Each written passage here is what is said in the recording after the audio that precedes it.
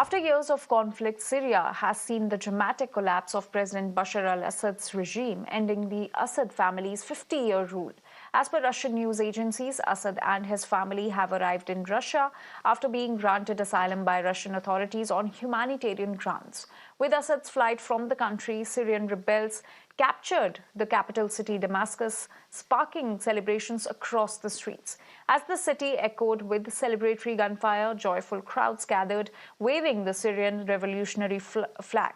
In his first public address since Assad's fall, the leader of Syria's largest rebel faction proclaimed the event a victory for the Islamic nation, marking a significant turning point in Syria's turbulent history.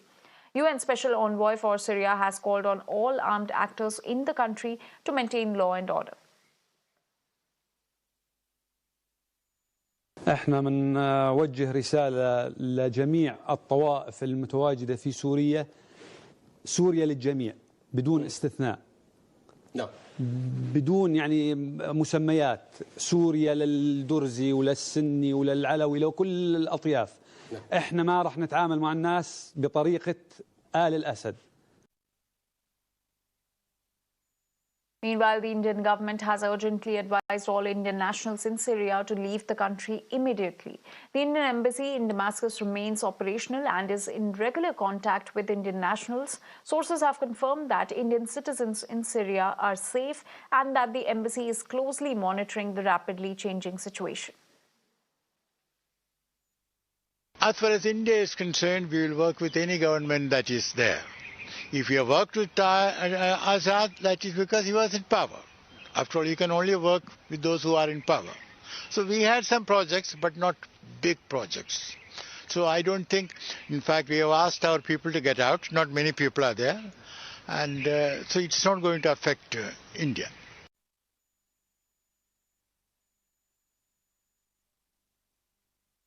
Amid escalating tensions in Syria, a joint statement has been released from Saudi Arabia, Jordan, Egypt, Iraq, Qatar, Iran, Turkey, and Russia, stressing the need to stop military operations. In a show of unity, their foreign ministers have called for a political solution to the Syrian crisis, warning that the ongoing conflict poses a grave threat to both regional as well as global security. On the other hand, US President Joe Biden, British Prime Minister Keir Starmer, German Chancellor Olaf Scholz, and Macron have welcomed the end of Bashar Assad's rule in Syria as they called for peace and the protection of civilians. This regime brutalized and tortured and killed literally hundreds of thousands of innocent Syrians. The fall of the regime is a fundamental act of justice. It's a moment of historic opportunity for the long-suffering people of Syria to build a better future for their proud country. It's also a moment of risk and uncertainty. As we all turn to the question of what comes next, the United States will work with our partners and the stakeholders in Syria to help them seize an opportunity to manage the risks. I welcome the fact that Assad has gone. The Syrian people had to put up with his brutal regime for far, far too long. We're talking to regional allies. It's very important now that there's a political settlement, a political way forward, and it's very, very important that we emphasise that civilians and minorities must be protected in this process, but very, very pleased that Assad has fallen. Über die letzten Jahre hat das syrische Volk unter Assad entsetzliches Leid erfahren. Deshalb ist das Ende der Assad-Herrschaft erstmal eine gute Nachricht. Heute stehen wir an der Seite aller Syrerinnen und Syrer, die voller Hoffnung sind auf ein freies, gerechtes und sicheres Syrien.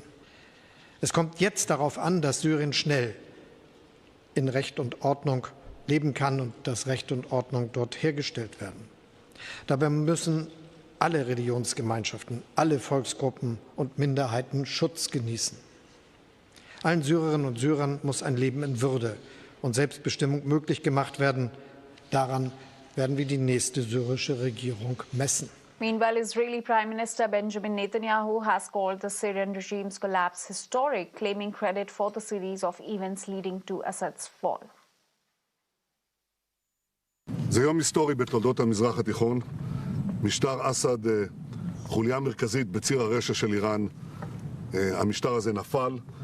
זוהי תוצאה ישירה של המכות שהנחתנו על איראן ועל חיזבאללה, התומכות העיקריות של משטר אסד. זה יצר תגובת שרשרת ברחבי המזרח התיכון של כל אלה שרוצים להשתחרר ממשטר הדיכוי והרודנות הזה.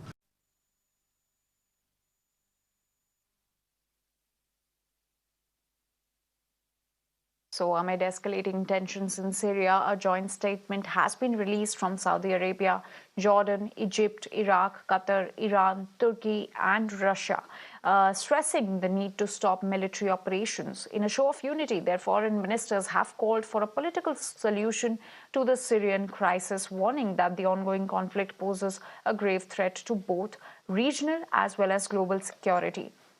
Now, beyond this, US President Joe Biden, British Prime Minister Keir Starmer, German Chancellor Olaf Scholz and Macron have welcomed the end of Bashar Assad's rule in Syria. My colleague Rishabh is now joining us with more details on this. Rishabh, on one hand, few nations have condemned the fall of Syrian government, whereas on the other hand, some nations, including the United States and UK, have hailed what happened in Syria. Well, definitely, Syria was a battleground, a proxy battleground for various countries, while countries like Russia and Iran were steadfastly backing al-Assad regime. Countries like US and European Union in general were against the Assad regime, and the way civil war has been fanned by countries in Syria for the last 13 years, now it is at the culmination point, and that's the reason that we are seeing varying, response coming in from various countries. While Russia and Iran say that this is something tragic that has happened in Syria, countries like the United States have welcomed it, though Biden has said this is not our war and we should stay out of it. But all of us know that how United States backed the rebel groups in Syria. European Union has already announced that they will help Syria reconstruct and rebound after the fall of Bashar al-Assad's regime in Syria.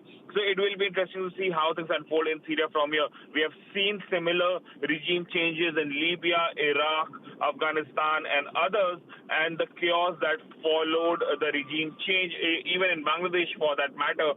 Now it would be interesting to see how things happen in Syria. Will it be another sectarian war, given that even now Syria is divided among various rebel groups, or will there be a democracy in place and a nation that will move toward,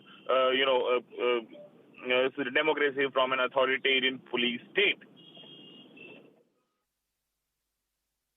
All right, Rishabh, thank you for getting us all those details. And with that, we're now shifting focus